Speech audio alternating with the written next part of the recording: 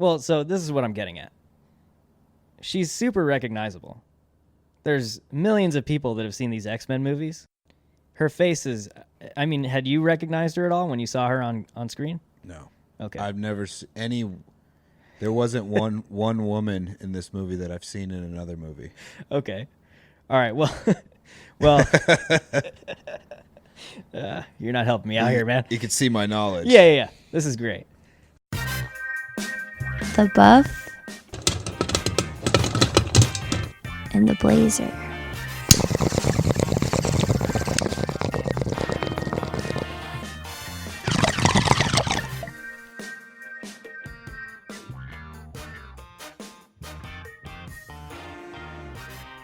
Buff and the Blazer. Today we're talking The Irishman, directed by Mr. Martin Scorsese and starring the big three, Robert De Niro, Joe Pesci, and Al Pacino. And I think this is the first movie all three of them have been in together. Am I mistaken about that? I'm not real versed in the gangster genre. It's not my favorite, but I don't know. I can't think of anything off the top of my head. I know this is the first time Scorsese's worked with Al Pacino. Then I found that out. Yeah, Pacino wasn't in Casino. Yeah. Wasn't in Goodfellas. Goodfellas. That was Ray Liotta, right? He was awesome in that movie. Yeah. Well, what did you think of it overall? What were your thoughts of The Irishman? Overall impressions right off the bat. Going into the movie, I figured this is just going to be a total non-stop gangster greatest hits from Scorsese. Like basically everything he's wanted to do in all of his gangster movies over the decades. I figured he was just going to go off the wall in this one. And it was that, but it wasn't overly done. It was done as much gangster as the story was, because going into the movie, I had no idea that this took place in, the 40s, 50s, 60s. Not really the 40s, but the 50s and 60s and 70s, and then the 80s at the end of the movie, I guess. Yeah. And I had no idea that this was set in that period of time in America and had such a direct connection to the political climate during that time. Yeah. And that's the part that really kind of brought me around, because the first half of the movie, I was basically like, this is what I thought it was going to be. Super gangster. But towards the end of the movie, so I watched the movie in two halves. I watched the first hour 48 one night, and then the rest of it the next night. And my feelings after the first night were completely the opposite of my feelings after the second night. Okay. Because after the first night, I had clued into the story, and I realized what it was now. And then the second night, I'll put it this way, I was trying really hard to hate on this movie the whole time. But I was totally into it, and the second half of the movie just brought me in, and I did like it. Yeah. And it was good. Is it the best gangster movie ever? No. Is it the longest gangster movie ever? I don't know. Possibly. If you count trilogies, then no. But it was pretty good, and I did like it. I didn't hate it. Yeah. So initially I was on the same boat as you. I figured this was going to be Scorsese, and especially because he has these three, like, it doesn't get more gangster than Pesci, De Niro, and Pacino. Like, in one film, are you kidding me? So I figured this was going to be him, like, just totally going for broke with the gangster genre and bashing us over the head. But I was kind of pleasantly surprised with how this movie feels really mature. And not to say that his other films are not mature, but even though this is a movie set in the gangster genre, I felt like this was more of a character story than maybe even Goodfellas. And I actually wasn't expecting it. I didn't realize it took place over a span of so many decades. I figured it was going to be set in one time period and then kind of stay there. But I liked how it started from, what was it supposed to be, the present day with De Niro in the the nursing home Yeah, or whatever. Yeah, kind of. The whole movie is set in his Right. current state, Yeah, and then the whole movie is basically a flashback. right. And I like that. I like how, it starts with that and then he goes back and then you see him sort of rise up through the ranks, kind of like in Goodfellas. It's not my go-to genre for movies. It's not my favorite, but I did really enjoy the story of the movie. It was really long though. This was trying to pick a fight with The Godfather in terms of its length. But I mean, other than that, I have no real major criticisms with the movie. The acting was great. Scorsese knows how to direct a movie. That's no secret. Would I go back for a second viewing? Probably not. But I feel like this movie, you would probably appreciate it more on a second viewing. I feel like you'd pick up on things you missed the first time around. There is kind of a lot going on. You got 7 hours. Yeah, to and then watch it twice. Yeah, not back to back for sure. But there's a lot of like character dynamics and relationships that can get kind of confusing on the first watch. They go through it pretty quick, but yeah, overall, I didn't really have any major problems with this movie other than I thought it was obnoxiously long. When you say the movie's mature, what do you mean? Do you mean like mature in the sense that... Well, yeah, so I have to explain that a little more. So the thing that was the most interesting to me was how closely this movie follows De Niro's character, Frank Sheeran. And, in the beginning, he's like a meat delivery man, kind of a crooked meat delivery man. And then... Teamster, man. He's a teamster. Yeah. Total blue-collar worker. And then he ends up... happenstance meeting Joe Pesci's character, Russell Buffalino, and he ends up getting involved with the mob and rising up the ranks. But what I really liked was that he's kind of torn between his family life and the mob scene, but he's in the mob trying to rise up in the ranks through the mob for his family in a weird way. And what I thought was the best part of the movie is at the very end, he's just totally isolated and alone because his family like disowns him just because of... Just his one daughter. Well, yeah, Well, kind of his whole family. Yeah, that's wrong. They kind of his turn whole on family. him. His involvement with the mob kind of affects how his children were distanced from him.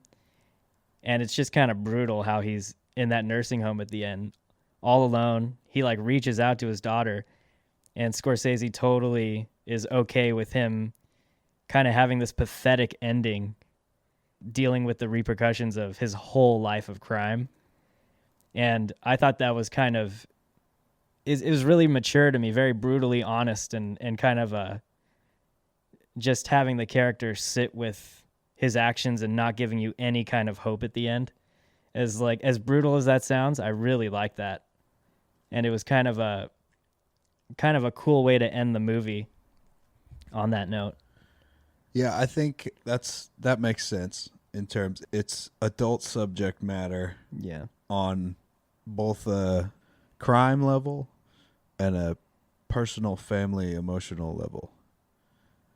And this movie was written specifically for our parents' generation, not ours. The amount of really heavy nostalgia for that time period was so present throughout the movie. Like I talked to my dad today and I was like, you gotta watch this movie because it's basically made for people your age. Yeah. Like it is made for, I guess, boomers. Boomer movie. And even with that, it doesn't mean that if you're young, you might not like it, but it does mean if you're young, you might not understand a lot of the cultural and the political subtext that goes along with the film. Like all the stuff about Jimmy Hoffa, I had heard the name. We're in our 30s. Yeah. I had heard the name all throughout my life, and in my memory, I put Jimmy Hoffa in like that Rat Pack group. Okay. I thought he was one of those cats. Yeah. The Sinatra cats. That's who I thought he was. I had no idea he was the president of a labor union. Yeah. And there's a lot of people under the age of, say, 50 Yeah. that are going to have that reaction when they see this movie. That are just like, I don't know. It's not going to resonate with people like it's probably going to shake up people like our parents' age. Yeah. Well, that's interesting you say that too, because I think if I was more familiar with the historical context of the movie, like you, I'd heard of Jimmy Hoffa, but I didn't know anything about his backstory. Had I known that going in and what the movie was sort of wrapped around, it's like this historical fiction, almost fiction. I don't know how much fiction it is. Yeah, well, historical events, I guess, and they try to explain it away through fiction, but that probably would have been more interesting to me going into the movie. I like how they go through like JFKs election and going through that whole period of the 60s. And then Jimmy Hoffa as a character, I thought he made the movie for me. Every time Jimmy Hoffa was on screen, Al Pacino, I ate that up. It made me want to go back and look up YouTube videos of Jimmy Hoffa. And I watched like 5 minutes of a speech he did, and it's pretty spot on. Okay. So it was close? Yeah, it was pretty close. Yeah, I was going to say, I don't have no reference point as to what Jimmy Hoffa's mannerisms or his cadence or the way he spoke or anything is. So to me, he was just doing Pacino. And I was completely convinced that he was Hoffa. But to me, right off the bat, I was like, oh, man, this is going to be like cocaine Pacino just screaming and yelling throughout the whole movie. Yeah. And it kind of starts off like that. Yeah. But it kind of mellows out, and he really played the character well. I was completely bought in, and that's another hard thing to do with these actors that have been in so many movies, and they still convince you. Yeah. That's just like a testament to how good the acting is. Yeah. And Pacino he's hilarious in the movie, which there's quite a bit of comedy in the movie too. Oh, yeah. But yeah, Pacino's the man. What did you think of Hoffa's relationship to Frank? The interactions between them whenever they'd be on screen? Did that resonate with you at all? I mean, I thought that was some of the most interesting character moments of the movie when you see them interacting. It's kind of strange because usually De Niro's in the old guard kind of category. He's the mentor. In this movie, the entire time, he's looked down, not in a negative way, but he's like the little brother type of thing. And it's a bit of a shift to see De Niro in that role, and especially in all the scenes with Hoffa or with Pacino. Right. He's completely like a father type figure to him, or really, really, really close friends. And it's weird that De Niro did such a good job of playing like this stone cold mob hitman, but at the same time, he's always like the passive one at the table with all of these bigwigs. Or like almost like he's the most level-headed one. Yeah, that's a good way to put it. Which is kind of weird. Because, like, on a dime, without question, he'll knock off whoever needs to be knocked off. And it happens so abruptly. He just totally walks up to someone and caps him in the face. Like, multiple times. Very quick. His little double shot. Yeah. His little double shot to the head. It happens multiple times in the movie. Yeah. And it's sweet. Yeah, he's level-headed, and he's very matter-of-fact the whole movie. Which is kind of disturbing now that I think about it. Like him being the most level-headed part of this mob, and he's the muscle, and he's going about like just capping off people. Yeah, it's a pretty good way to represent the kind of mafia mentality. Yeah. It's like once there's not a lot of room for meeting in the middle. Right. In the whole mob world. And he's basically a soldier. He plays a World War II vet. That's a great point. And he basically follows orders. He gets discharged from the army. He joins the Teamsters Union. And he gets into the other army, the mob army, and he's following orders. And doing exactly what's asked of him at every point in time throughout the decades, Yeah. and there's no second guessing anything. Right. Even like some of the heaviest decisions that a person would have to make in the world, he just does it. Yeah. When the movie started off, because I mean, the story follows De Niro, or the character of Frank, throughout the whole film, but it's kind of like it's done so in a tale of pairs, I want to say. So you start off with Frank and then Russell Buffalino, who Pesci plays, and they meet, and you buy into their relationship. And I was eating that up at first. And then once he meets Jimmy Hoffa, Al Pacino's character, I ended up buying into that more than his relationship with Pesci's character. But then it comes full circle because then Hoffa's character gets knocked off at the end. And then you're back to Frank and Russell.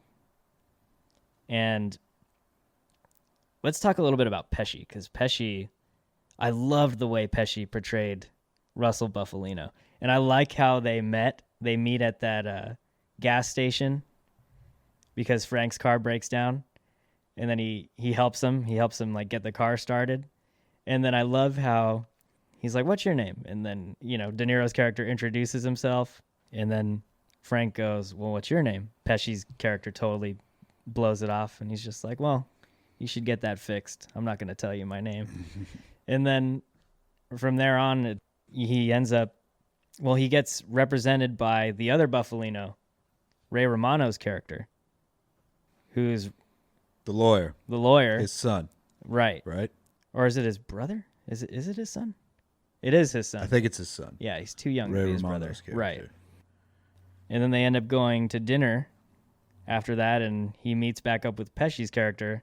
And from then on, they develop this relationship where I feel like Frank ends up becoming Russell Buffalino's adopted son in the mob. So much so that he sticks up for him when he tries to take a side job behind the back of his mob family. Harvey Keitel's character. Harvey Keitel's I character. forget his name. Angelo Bruno. But So Italian. But getting back to Pesci, yeah. he does a fantastic job of playing the old Italian guy.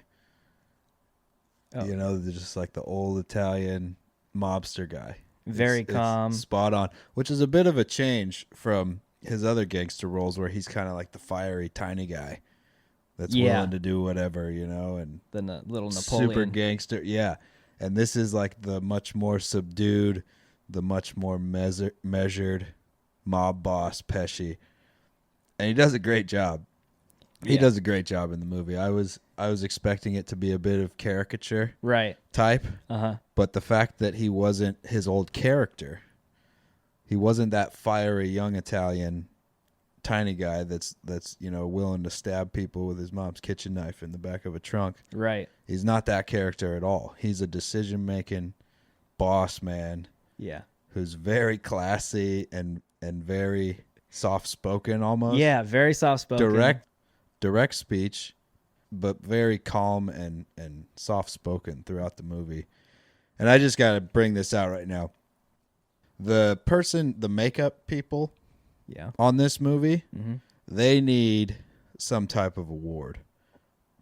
Because the amount of different ages that every character plays. Right. Not Hoffa as much, because his whole frame of being in the movie is a span of like maybe 15 years. Okay. Something like that. So he doesn't change nearly as much. Right. I think he goes from like the late 50s or the early 60s until he's dispatched in the 70s. Early 70s, I believe, right? Yeah. He did 5 years in school, as they call it. Well, let me blow your mind real quick. No makeup. No makeup. CG. De-aging. No. Yes. I don't buy that. Buy it. I don't buy that. It's a fact. Really? Yeah. You looked that up? That was the major... Most of the budget on this movie for special effects was spent on de-aging. I don't buy it. I swear to God. I mean, there's scenes where De Niro's character is, in his late 40s, maybe? Mid 40s? Kind of the beginning. Yeah. And then there's scenes where he's in his 90s. Yeah. And same with Pesci. No way. De-aging? De-aging technology. I mean, It's them acting with green dots all over their face. And ILM, What? Industrial Light and Magic, working their magic on the de-aging. So much what was so. that you just said? Industrial Light and Magic? What's that? That's it's probably the biggest special effects house in Hollywood. Oh, okay. They work on almost every motion picture you can think of, special effects. But I kid you not, I think the very first scene shot for this movie, because I watched this interview, was when Al Pacino's character is sitting on the couch with his family and they're watching Kennedy on TV. It's like, those fucking Kennedys. That was the first thing they shot, and they had the green dots on his face to de-age. And they're done shooting. The scene went great, and they get up, and the special effects director guy comes over to Scorsese and goes, I think we might have to redo that. So why? What's wrong with it? His face is going to look 40. That's fine. But his body has to look 40 too. He's like, oh, because, Pacino, how old's Pacino? He's in his 70s. I think De Niro is too. Yeah. They're all like in their 70s, right? Pesci is too. Okay, Pesci yeah. might be a bit younger than them. I'm not sure. Yeah. So I heard that they even had body actors to shoot below the head to get a 40-year-old body. And also he had to direct the actors to consciously move their bodies in a younger way to match their face. So you mean to tell me that all of those heavy fucking scenes were done with little green dots all over their face? I'm telling you. That's insane. And there's been maybe a handful of movies that have done the de-aging thing with the green dots. I thought it was only that Will Smith movie. No, the Will Smith movie was actually a later one. There were a few movies before that. That's the only one that I've ever heard of where they did that. And I saw like a post, online where they... You haven't seen Captain Marvel? I don't even know what that is. Okay, well, they de-aged... It's a comic book movie? It's a comic book movie with Brie Larson. Captain Marvel? Captain Marvel. Never heard of it. All right. Who's Brie Larson? We'll work on all of this. But Samuel L. Jackson, they aged him because the movie takes place in the 90s, like 91, 92. And he was acting with green dots all over his face, and they de-aged him. And I swear to God, every time they de-age someone in a movie, it just gets better and better. And this is just the fact that you thought that was all makeup and that it was great makeup work. I thought it was makeup the whole way. Just shows you how well the CGI is in the de-aging process of this movie. Wow, I was even sitting there during the movie thinking about, man, I bet these cats had to sit in these makeup chairs for 10, 12 hours. Yeah. Every single day of shooting, because the amount that they jump around in time just really blew me away, and how well they matched the ages of the characters. Yeah, it's like 3 or 4 decades, right? And it's not just the old cats that look young. There's young people in the movie that they make look super duper old. Right. Towards the end of the movie. Yeah. See, I don't know how much of that was CGI, but I have to assume if they're de-aging... Is there... I don't know if it's the same process for aging, though. I don't know. I've never really heard of... Because at the end of the movie, Joe Pesci, is he that old? Like, Joe Pesci just seems old. Is that his thing? He's kind of older in the whole movie than Frank. Right, anyway, right. He's already, I don't know, 15, 20 years older than him. Right. Because he's already going gray when he first meets Frank at the gas station and all that. Yeah. I want to say the majority of the de-aging, though, was with Pacino and De Niro for the most part. Yeah. But with Pacino, I didn't even think... Yeah, that they de-aged him. I just thought they put a wig on him and put some makeup on. Yeah, they totally de-aged That Pacino. head of hair he's got. Yeah. I want that. Yeah. De-age my bald head. Would you watch a Scarface sequel with a de-aged Al Pacino? He comes back. I don't know. I mean, I'd watch it for comedy purposes. You can't do that. Yeah. Well, it looks like it's getting to the point where they can. Apparently, because those cats can still act. Oh, yeah. That's the big three, the Mount Rushmore of gangsters. Yeah, I was really impressed because it's so easy to want to hate and be like, oh, these old dudes, this is just going to be a throwback of every gangster scene. Yeah. Kind of like how I feel with like Clint Eastwood type movies. It's like, what is it? Him just repeating lines from all of his old movies and scowling at people. Right. But this isn't like that at all. I mean, De Niro, there's some wicked De Niro face in this movie. His his super frown, squinted eyes face. But he did a really good job of portraying really, really heavy fucking emotion without speaking. Oh, yeah, yeah. Like the scenes at the end, not at the end, but towards the end. The movie's so goddamn long that you keep thinking it's the end and then it goes on for another hour and a half. When he is sitting at the table with Russell and they're eating cereal and Russell basically telling him what's going to happen. Right. And there's nothing he can do to stop it. And he needs to make basically the heaviest decision anyone's ever had to make in life. And he doesn't say a word. That scene's like 6 minutes long, and he maybe says like 4 words.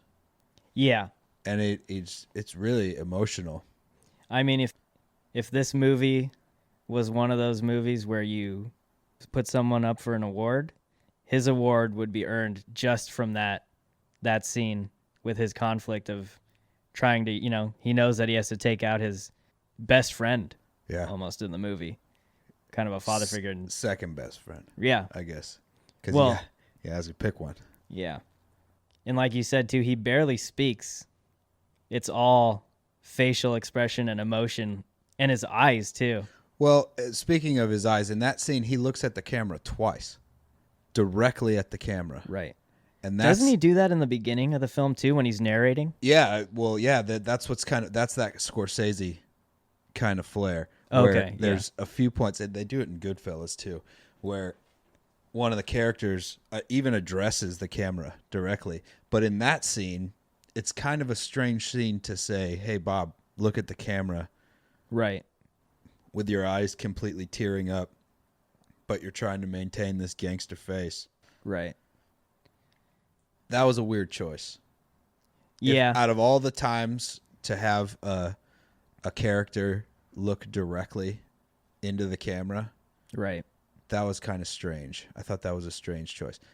I don't know if it was definitely on purpose, right? It wasn't like an accident. Oh no, that was It was totally on purpose. Yeah, that was a directorial choice. And it's almost like when he looks at the camera, he's referencing the story that he's telling to the camera as a really old man. Yeah. Because it's almost like when you're in on it. Yeah, like he's telling the story as a really old man. To the audience. Directly to the camera. Right. Like the whole movie, I thought at some point the camera was going to pan when he's in the wheelchair and there was going to be like 2 dudes interviewing him there. But that never happens. He's really talking right to the audience. Right.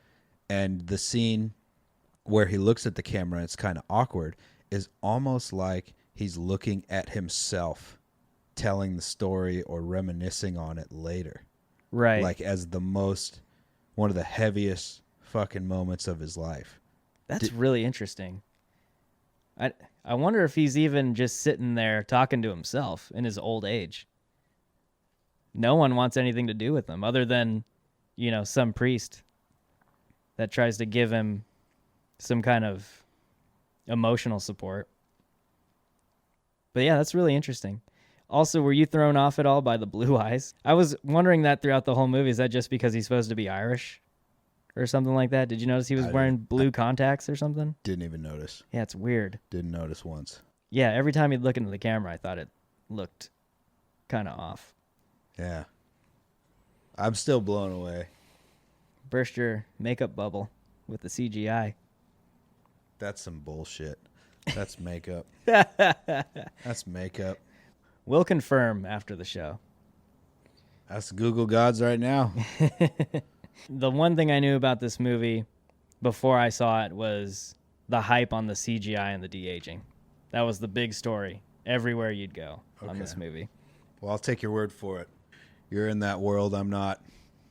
Yeah, more or less. Going back to the length of the movie, it took you two sittings to finish it. Yeah. Same with me. Yeah. Not. I mean, I got to go to bed. Yeah. I got shit to do.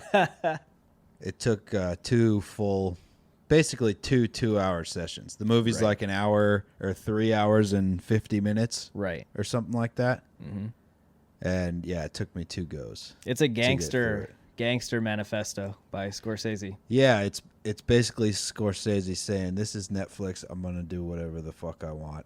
I'm going to make this movie as long as I want. Right. And I'm going to have scenes like the wedding scene at the end is just like painfully slow motion. Oh, yeah. And I get why he did that, because you're Right. trying to convey probably what time is feeling like for De Niro at that point in time, because he just committed the most atrocious act anybody could ask somebody to do. Right. And he's trying to be at a wedding and like be happy, and Right. Well, that's a and great it's point. all the people at the wedding that made him do it. Right. I was That's- thinking a little bit about that myself, and I'm glad you brought up time, because I feel, at least to me anyway, what I took out from it is that time, this movie is all about time. Visually, it's about time. I felt like the main part of this movie was about how time affects Frank's character throughout his life. And he kind of ends up, he's pretty consistent throughout the film in terms of his demeanor and his motivations, but I feel like he's a completely different person at the end of the movie.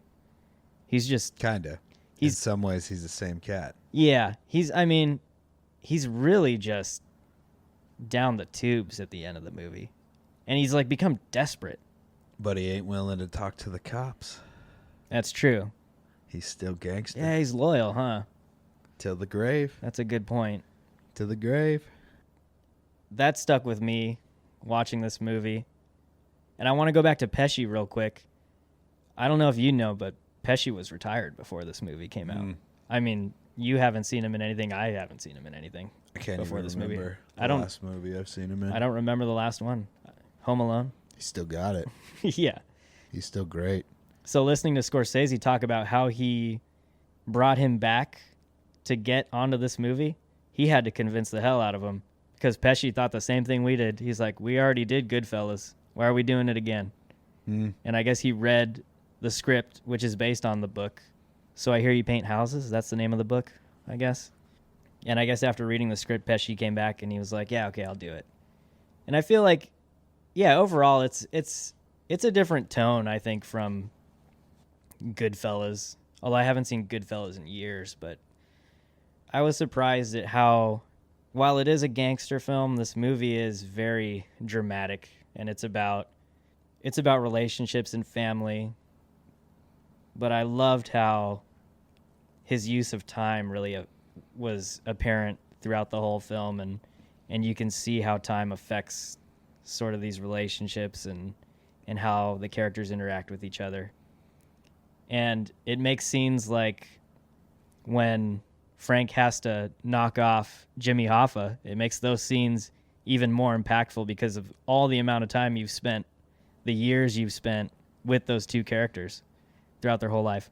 That brings me to another thing that I just thought of, which is Frank's daughter. Peggy? Peggy, yeah. I thought that was the weirdest casting choice. So I mean, there's like 4 different girls that play Peggy, right? I'm talking specifically about the actress that plays his older daughter, Anna Paquin. Okay. Are you familiar with her at all? Nope. Have you ever seen X-Men? She plays Rogue. What? Rogue's in an X-Men? Rogue's in X-Men. She was my favorite. So as no. a wee lad. Sorry. No. That was Rogue. Yeah, it's Rogue. Is But so- Gambit in any of them? No, Gambit's not in any of them. But yeah, she plays How you Rogue. gonna have Gambit, not have Rogue? I know. They're lovers. Yeah, join the club. But yeah, she plays Rogue. Okay, so the older version of his daughter. Well, so this is what I'm getting at. She's super recognizable. There's millions of people that have seen these X-Men movies.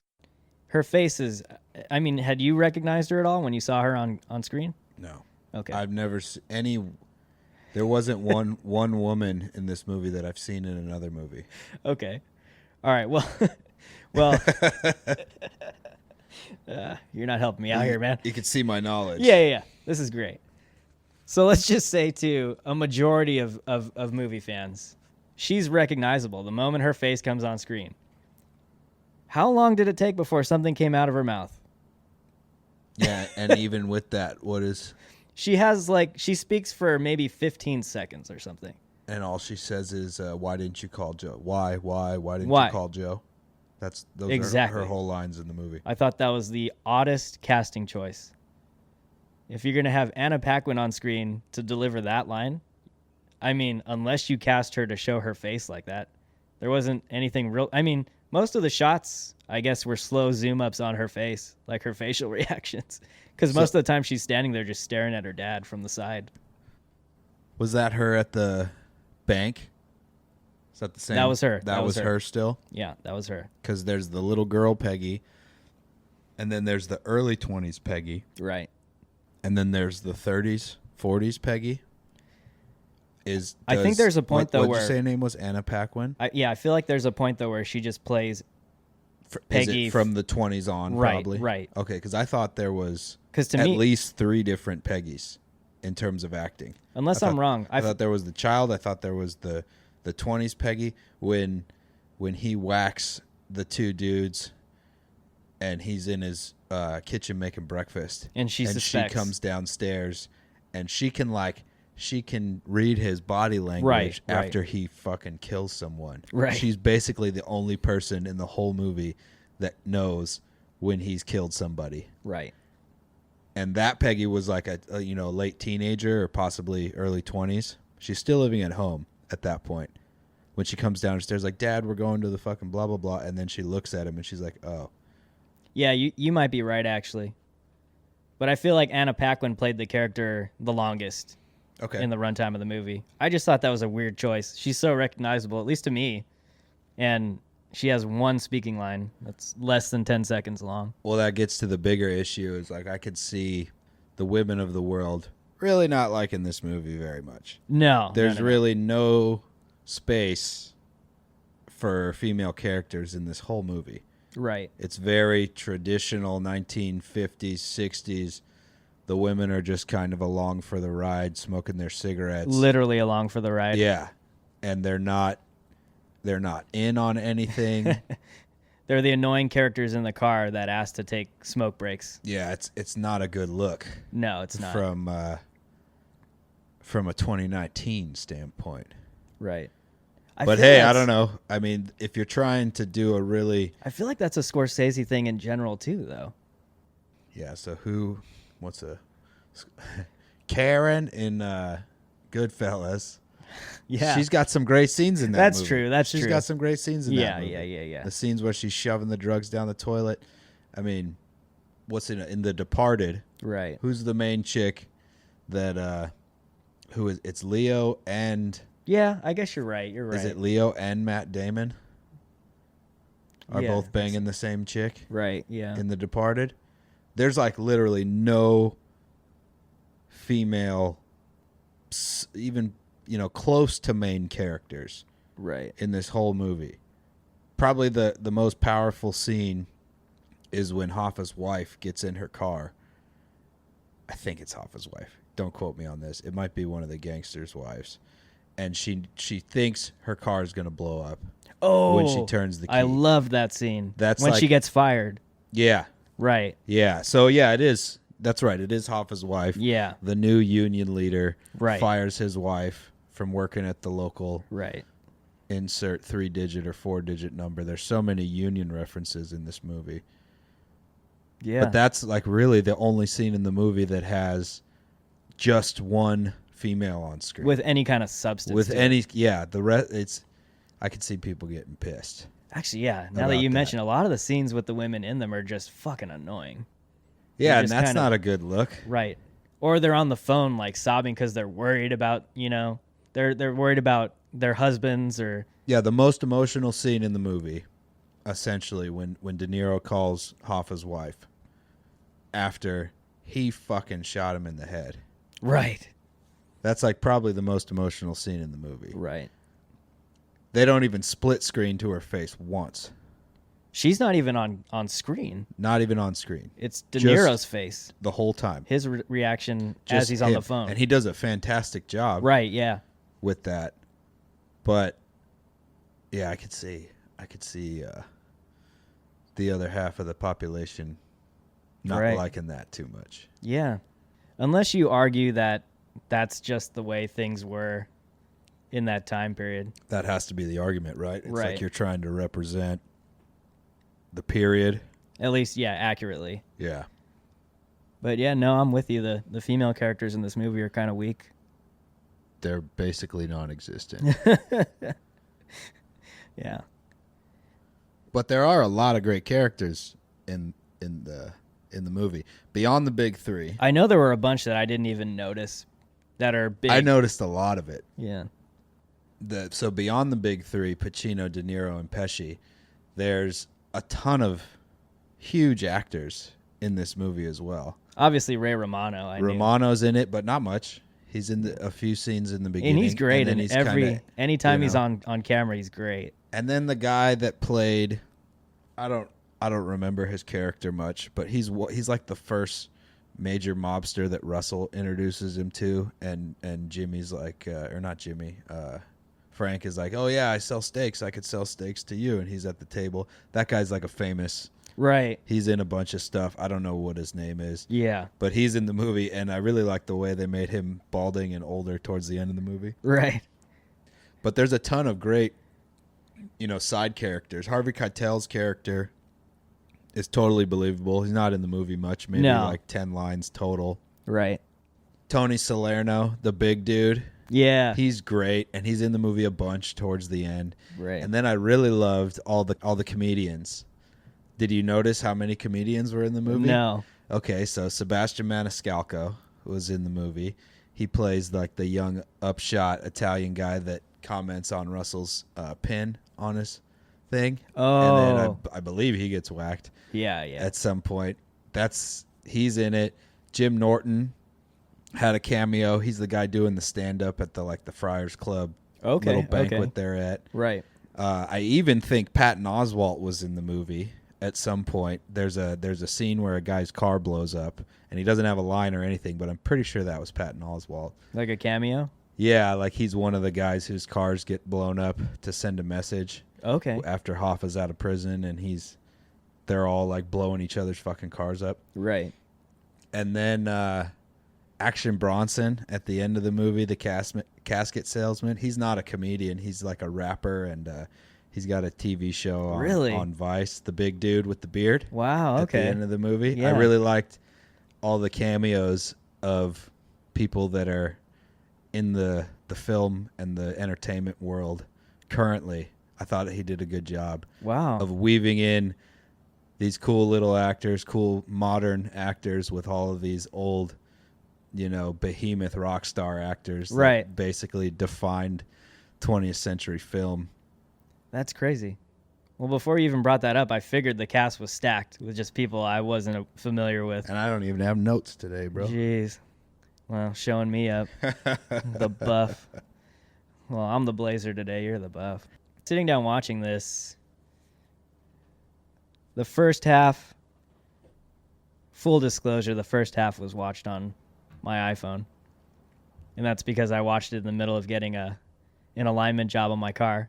My week one was kind of stacked as well. That's no good, man. Yeah, well, I held it up close to my face. It was practically IMAX with the volume all the way up. That's the world we live in, right? Yeah, It's basically. not too bad to watch a movie on your phone. Right, I mean, I right. watch YouTube on my phone all the time. And then I watched the second half on my TV.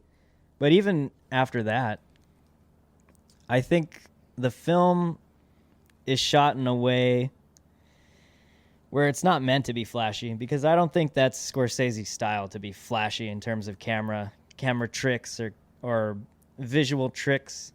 I felt like it was solidly shot, but there was no one shot that stuck out to me where I was like, wow, that's a really interesting choice. There were a lot of zooms onto faces, and I feel like that enhanced a lot of the dramatic scenes where there wasn't a whole lot of dialogue, particularly the scene with De Niro on the phone. There wasn't a whole lot sticking out to me in terms of camera work. One thing I really did like, though, was the color palette of the movie. I felt was straight out of that Technicolor period from the 60s. I don't know if you noticed that some of the colors were kind of that faded-looking Technicolor thing from the 50s and 60s. I thought that was cool, and I felt like that was intentional. I feel like he maybe was trying to one-up Tarantino on the old cars. I got that vibe a little bit, too. And the old scenery. Right. Because Once Upon a Time in Hollywood focused on Hollywood, right? Right. Once Upon a Time in Detroit. Well, this is Detroit. It's Chicago. Yeah. It's New York. It's Florida. Yeah. I mean, they're all over the place in this movie. And the scenes from Detroit and the stuff in Michigan was spot on, because that's where my family's from. Okay. And I was born there. I didn't grow up there, but I've gone back a few times, and it looks exactly like that. So when the movie started, I was kind of confused at the time jumping. So when the movie started, he's an old man. Right. But it goes right into he's a young man. And it's jumping back and forth. And then they start flashing up text of the disposition of characters in the movie. Like, this is right. so-and-so. He was found shot in the back in the trunk of a car Right. in 1979. Right. And then I was like, okay, so what year is it? And like the cars that they're driving are 1950s cars. Right. And I'm like, well, what the fuck's going on here? And it took me maybe an hour to actually figure out, because they were jumping around in the beginning of the movie. Because it's real weird. It does like double flashbacks. So he's sitting, and the old man in the wheelchair's telling the story. Right. And then it does a flashback to where I think this is in the 70s. It flashes back to the 70s. So it flashes back from maybe the early 90s to the 70s. And then the story that it flashes back from, or to, continues throughout the whole movie. The whole scene where he picks up Russell and they do the drive to Detroit with the wives and all the cigarette breaks. That storyline holds. You're right. Throughout the whole movie. And then you have the present where he's the old man. And then you have all of these flashbacks on top of getting back to the 70s scene that are all building up to his most dramatic moment in life. Yeah, that's really interesting you brought that up. It's like a double flashback movie. Right. Where I think, so in the beginning, he's narrating from the present, but I feel like the job he has to do, so when they're driving to the wedding, yeah, that's that whole sequence where he has to whack Hoffa's character, right? Yeah. So that's the main dramatic driver of the whole movie. Yeah, him having to do that. And then they completely backload it and put in the whole backstory to why he had to do it. Right. And then the present guy is reflecting back on the whole thing too. Right. It's a trip. I could see that. You couldn't get away with the movie like that unless you were Scorsese. Right. Right. Like to have you stole the words out of my mouth. That much depth. Yeah. And that much kind of freedom. And that all goes back to that whole thing about time. It's all him playing with time. He's pulling a Christopher Nolan with how he uses time in the movie to tell the story. And it's definitely not from point A to point B, but I loved how that whole dramatic sequence of him trying to get into the mindset of being able to pull off the hit to Hoffa. I love how that was sort of the central dramatic element of the movie, and everything else was told from the present to kind of as offshoots of that main storyline. And a lot of the narration is just his relationship, I think, with Hoffa, and seeing their dynamic together before you finally see him off Jimmy Hoffa. The more we talk about it, the more you actually realize, like, yeah, it kind of had to be that long. Yeah. When it's that complex. Right. When you're telling that complex of a story. Right. But what I want to know is, I don't know if you read this, I'm sure it's in the book. How much of that book is fiction and how much of it is real? Because a ton of the people in the show are real or in the movie are real characters, or Right. not characters, real people that met these very real fates Right. that we're seeing on the screen. And obviously the fate of Hoffa, It's still unsolved. it's still unsolved. But all those other characters, they were really found dead. Those elements of the story are true, right? Right.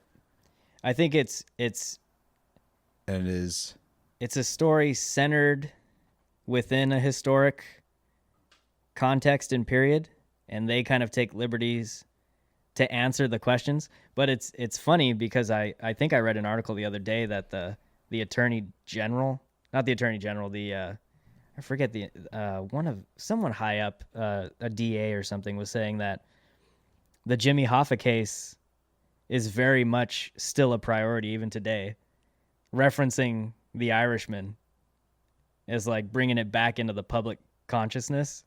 And I found that pretty interesting. But okay, so here's what I want to know. yeah, Is there a character that Frank is based off of? oh, Is there an individual in real life to my knowledge, that his whole story is based off of, or is it a guy who crafted this character to tell this story? to the best of my knowledge, it's the last thing you said. I believe Frank is the fictional character that walks you through the events of the story, at least the historical events of the story. But I feel like even Scorsese doesn't know what elements of the story are true or not.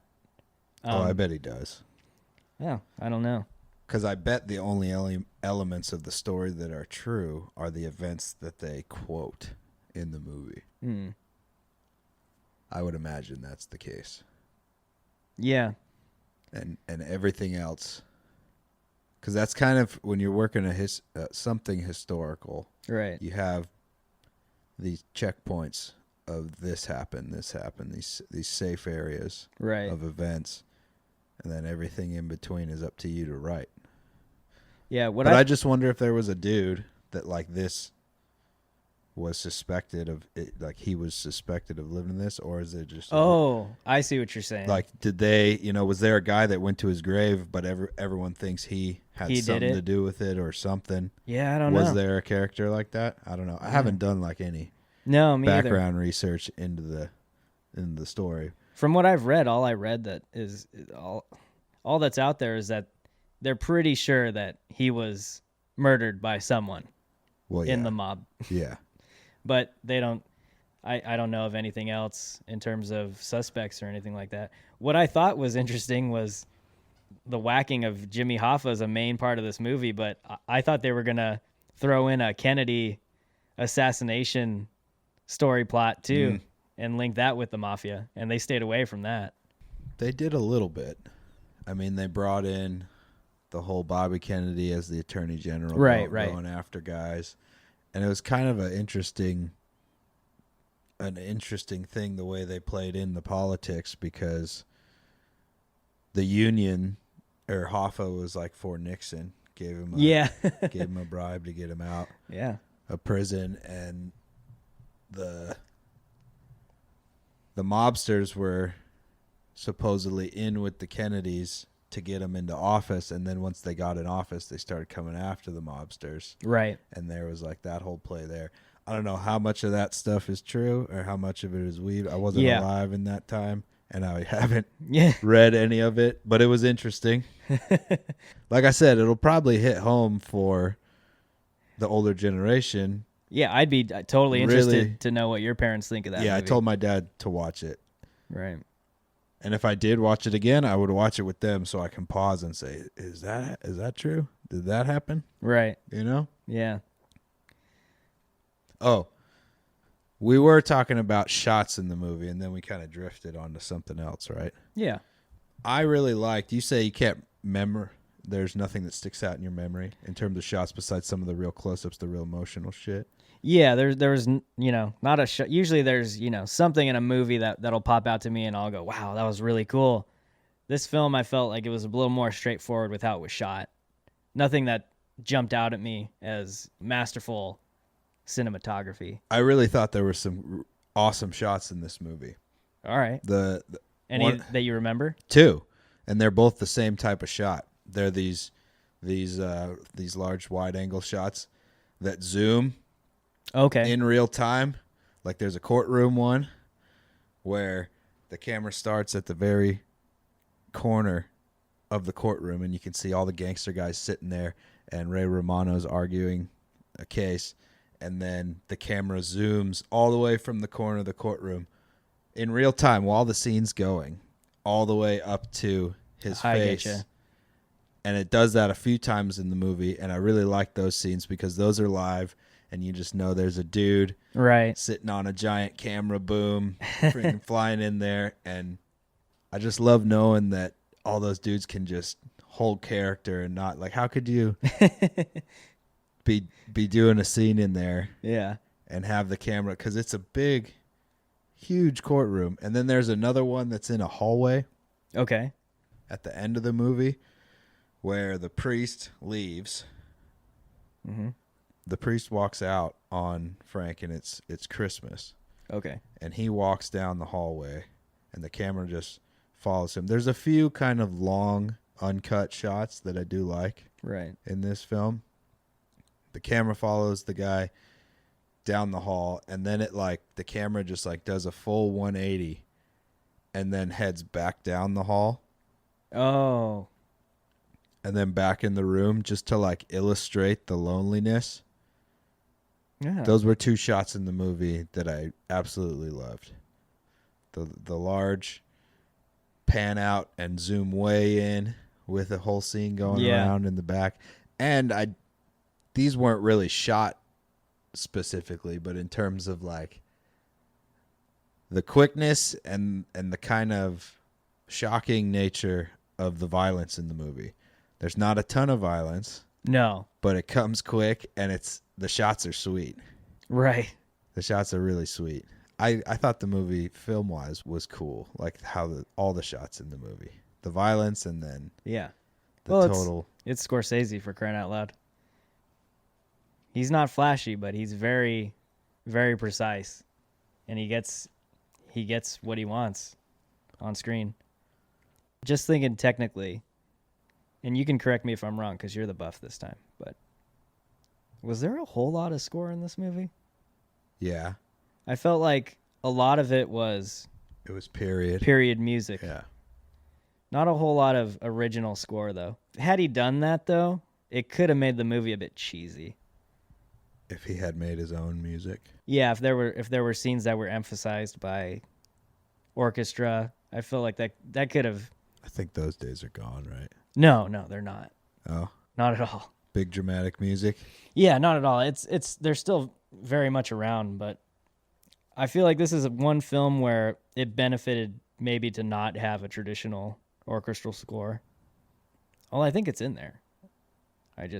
All the stuff I remember is doo-woppy and Yeah. 50s and 60s, not like the countercultural rock stuff, but the poppy doo-woppy stuff. I remember that being in the movie a bunch. And it kind of fits with the mafia kind of vibe where there's this kind of lame Yeah. poppy music in the background, and they're discussing killing tons of people and embezzling money. And I don't know if I'm remembering this incorrectly, but isn't some of that music playing during some of the yeah, the violent scenes? some During of the whack jobs? totally. Yeah, Yeah. it's kind of, it fits, I think. Yeah, someone doo-wopping in the background as he's capping some fool in the back of the head. Yeah. Can I remember any one moment in the movie where the music enhanced it significantly? No. No. But can I remember any points when the music was like, oh, that's not needed. That's kind of too much. No. Right. Yeah. It was right where it needs to be. It was utilized to enhance the period, to let you know where you were. But I did like the contrast of having some of the music playing, this really poppy 50s music playing as he's totally annihilating people. I love his little two-shot double tap. Yeah. He does it to everyone. Well, he does more than double tap to a lot of guys, but the initial, he's so matter-of-fact, his character. When he's tasked to kill someone, it's not like he has to go to the spot, scope it out, wait for the guy to come out here. It's like, all right, go kill that guy. It's like, okay. And goes, drives right up in broad daylight to the places, or, a nice public place, walks right into somewhere public. Bap, bap. Yeah. And then a couple more for good measure, and then walks right back, drives to the bridge, throws his gun into the river. Yeah. He's a soldier, man. Thinking about his hit jobs though for a second, does he kill most of his jobs in the back of the head? I actually thought about that in the beginning. I was like, have you seen Collateral with Tom Cruise and Jamie Foxx? It's been a while, but yeah. It's my favorite. Your favorite Cruise? Cruise, by the way. Really? Yeah. In that movie, he has like this shoot him dead between the eyes, shoot him twice in the chest. Okay. Kind of mode. Like he's a super precision assassin type. I was trying to think of that as Frank was gonna. Is like is he gonna shoot somebody in the back of the head? Right. Is he gonna do it the same every time? And he doesn't. I actually clued into that and was like watching, because he shoots dudes in the face. Okay. Multiple times. Well, the only reason I bring that up is because I thought that was kind of fucked up when he kills Jimmy Hoffa and he shoots him in the back of the head as they're walking out the door. He doesn't even look him in the eyes. Could you? No, but I mean, that's but I mean, I just figured it was kind of weird, because I guess they developed that whole chemistry, and then you're expecting, I guess, the moment to be a little more dramatic and heavy, and it's just so abrupt. Just boom, boom. Yeah. Like any other job in the movie. Well, that's what he does. Yeah. And the symbolism of the painting houses. Yeah. And that house got a lot of paint. That's the biggest issue. And thinking back, they do show a blood splatter on a wall early in the film. Is that how you take that saying too? You paint houses? That's how I took it. That's how you took it, with the blood on the wall? Yeah. That's what I thought. So they show early on in the movie, because there's like a few little like hit montages, right, where he kills a bunch of people. He's just doing jobs. Yeah. And right when you find out he's a hitman in the beginning of the movie, the very first kill they show is there's no human in the frame. It's just blood hitting the wall. Yeah, it's and like I'm quick thinking cuts. That's the Hoffa killing. Oh. They showed that at the end of the movie, or they showed it right up front, but Hoffa wasn't on camera, so you don't know it was him, because that's the way he died, and the wallpaper was the same color. Yeah, that's what I mean by saying it would benefit the viewer to go back a second time, because you'll pick up on things you didn't the first. Well, it's so slow that you should be paying attention, and it's so long that you should be paying attention. You should be paying attention when you watch this movie, because there's a lot to piece together. Well, I did the best I could with my iPhone IMAX, right up on my 70 millimeter IMAX screen on my face.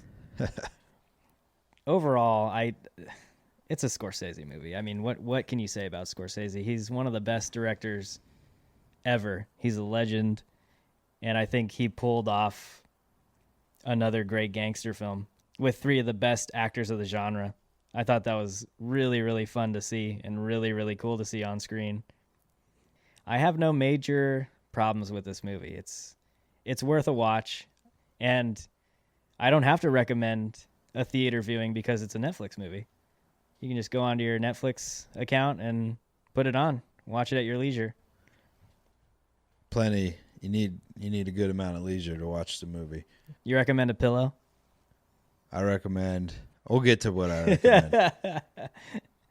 But the fact that it's a Netflix movie, is that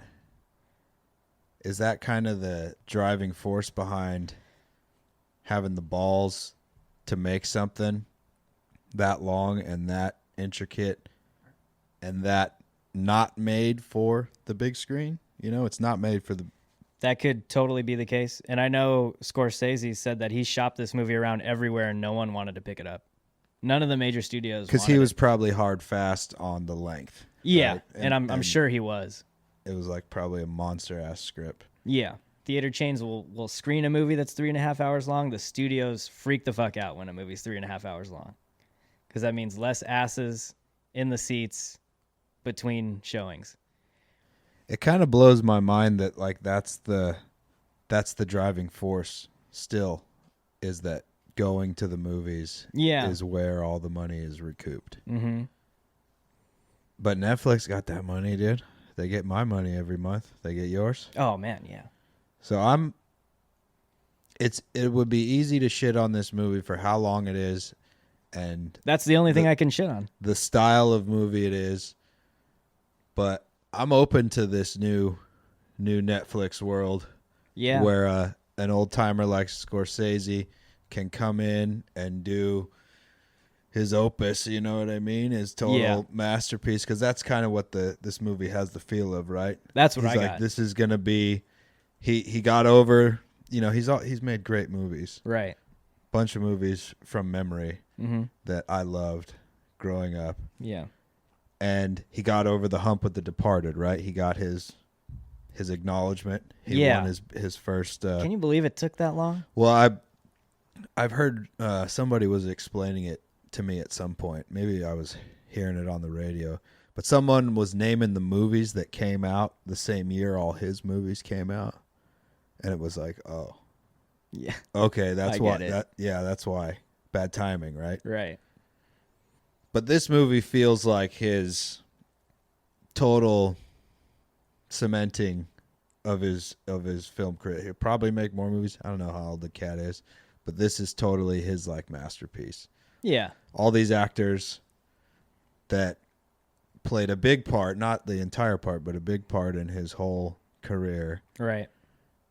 Are still alive, can still act their asses off.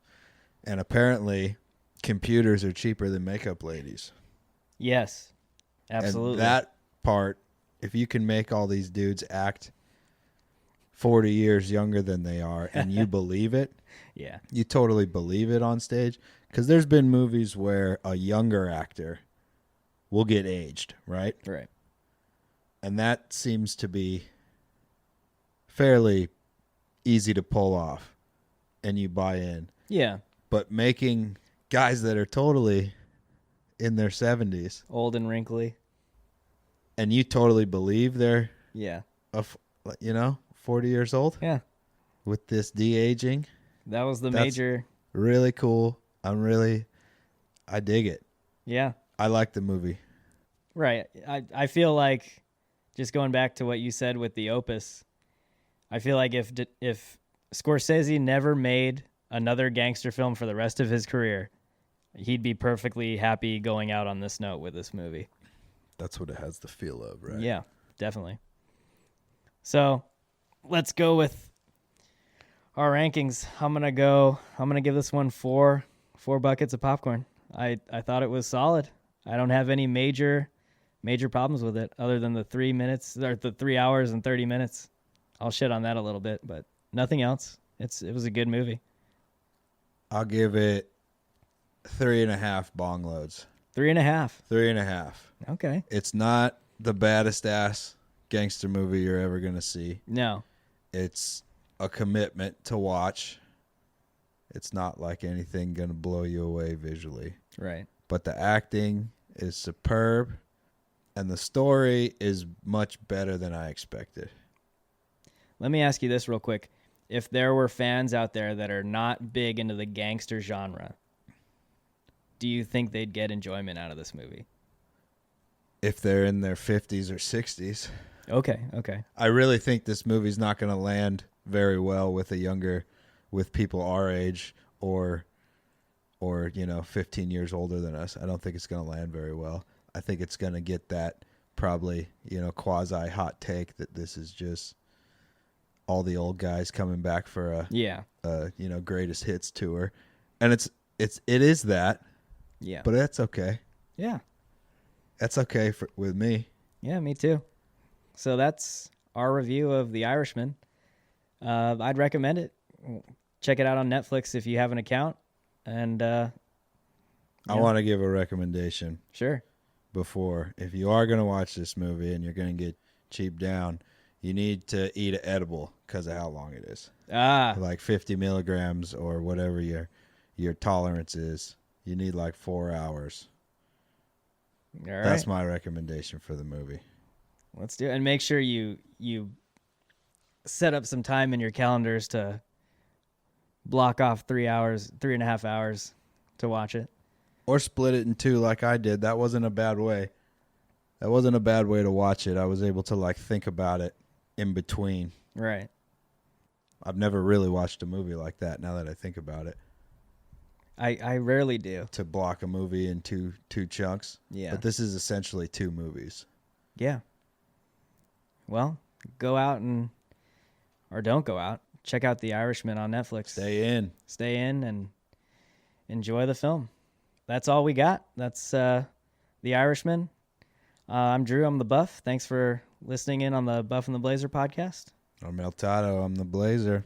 And we'll catch you for another review later.